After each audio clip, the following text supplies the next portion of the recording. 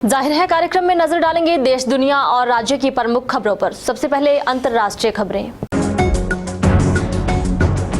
America में एक भारतवंशी नेता ने दावा किया है कि जो बाइडेन को दोबारा राष्ट्रपति बनाने में भारतीय अमेरिकी समुदाय की भूमिका अहम रहेगी। उन्होंने कहा कि डेमोक्रेट पार्टी को भारतीय अमेरिकी समुदाय को अपने पक्ष में करने के लिए कोशिश शुरू कर देनी चाहिए। संदिग्ध साइबर हमले के कारण ईरान के 70% गैस स्टेशनों का कामकाज सोमवार को ठप हो गया। सरकारी टेलीविजन चैनल के मुताबिक सॉफ्टवेयर में समस्या के कारण गैस स्टेशन के कामकाज में अनियमितता आ गई। चैनल द्वारा लोगों से आग्रह किया गया कि वह उन गैस स्टेशन पर ना जाएं जो अब भी काम कर रहे हैं। ब्रिटेन से जुड़े खबर को लेकर एक खुफिया पत्रकार के दावे ने दुनिया भर के लोगों को हैरान कर दिया है। मानवाधिकार का हितैषी कहे जाने वाले ब्रिटेन में ही मानवाधिकारों का उल्लंघन हो रहा है।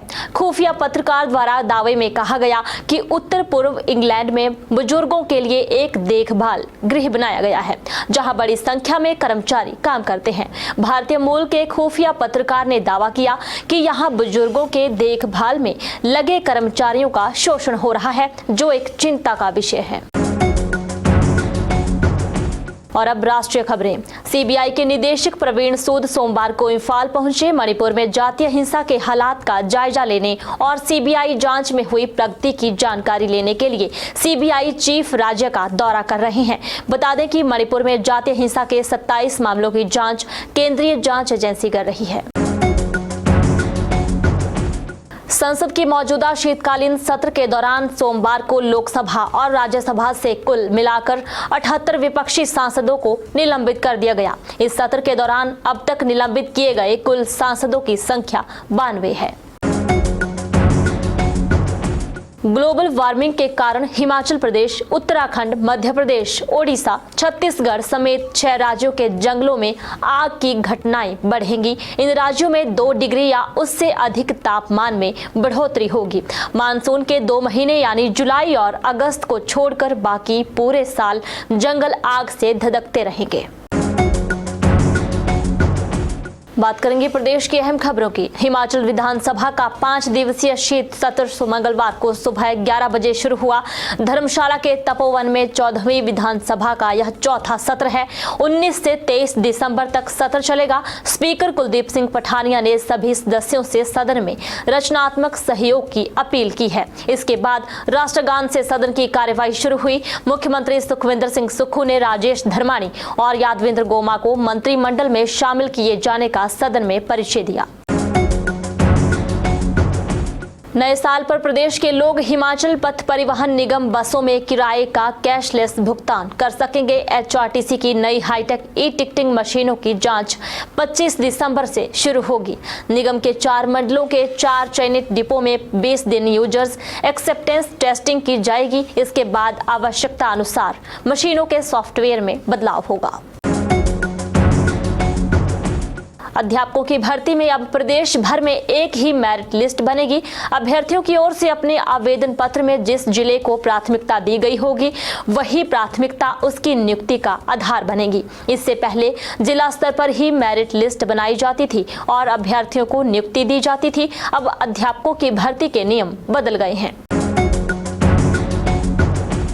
बात करेंगे समाचार पत्र की। भाजपा ने प्रदेश सरकार के खिलाफ मोर्चा खोलते हुए सोमवार को धर्मशाला में आक्रोश रैली का आयोजन किया। पुलिस मैदान से कचहरी चौक तक विरोध प्रदर्शन करते हुए भाजपा नेताओं एवं कार्यकर्ताओं ने सरकार के खिलाफ जमकर नारेबाजी की। विधानसभा के शीतकालीन सत्र के लिए सोमवार को धर्मशाला पहुंचे मुख्यमंत्री सुखविंदर सिंह सुक्खू ने भाजपा की आक्रोश रैली पर पलटवार करते हुए कहा कि अब भाजपा के पास रैलियां करने के अलावा कोई दूसरा काम नहीं रहा है। संसद की सुरक्षा चूक मसले पर विपक्ष के हंगामों के बीच शीतकालीन सत्र के 11वें दिन सोमवार को दोनों सदस्यों ने 78 सांसद सस्पेंड कर दिए गए। बात करेंगे संपादकीय पृष्ठ की।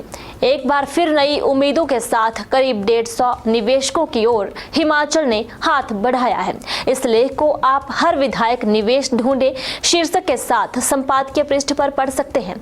आर्थिकी में जर्मनी से आगे निकलने की तैयारी, डॉक्टर अश्विनी महाजन का लेख भी पढ़ सकते हैं। युवा शक्ति में बढ़ता तनाव, करम सिंह ठाकुर का लेख भी यहाँ छपा है। और छिलकों की छाबड़ी में सरकार बड़ी या गोबर, पीए सिद्धार्थ का लेख भी पढ़ने को मिलेगा। और अब बात करेंगे रोचक विषय की। अक्सर लोग कहते हैं कि साल की शुरुआत में जो घटना होती है उस तरह की चीजें होने की पूरे साल संभावना रहती है। इस बात में कितनी सच्चाई है ये तो नहीं कहा जा सकता, लेकिन इस साल कुछ ऐसा ही हुआ है। दरअसल भूकंप के साथ शुरुआत करने वाला साल 2023 भूकंप के मामले में बेहद खतरनाक साबित हुआ है। इस साल के पहले महीने जनवरी में ही 5.8 तीव्रता का भूकंप आया था। आंकड़ों की माने तो 2023 में करीब 124 बार भूकंप के झटके महसूस किए गए हैं। इनमें से कुछ इतने विनाशकारी थे कि हजारों लोगों ने इसकी चपेट में आकर अपनी जान दी। 24 जनवरी को 5.8 तीव्रता के भयानक भूकंप से साल 2023 की शुरुआत हुई।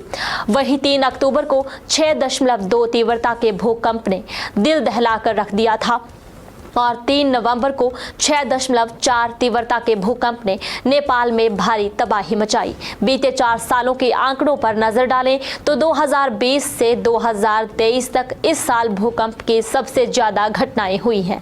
साल 2021 में 60 बार भूकंप के झटके महसूस किए गए, 2020 में 61 बार और साल 2022 में 65 बार भूकंप आया था। भूकंप की तीव्रता रिक्टर स्केल पर मापी जाती है, जिससे 2 से ऊपर की तीव्रता वाले झटके महसूस किए जाते हैं। आपको बता दें कि 2 से 2.9 तीव्रता पर हल्के झटके महसूस होते हैं।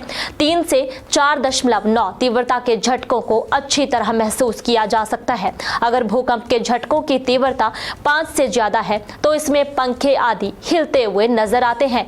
6 से अधिक तीव्रता वाले भूकंप विनाशकारी साबित होते हैं। 6 फरवरी को तुर्की में 7.5 और 7.8 तीव्रता के कई झटके महसूस किए गए थे, जिसने हजारों लोगों की जान ले ली थी।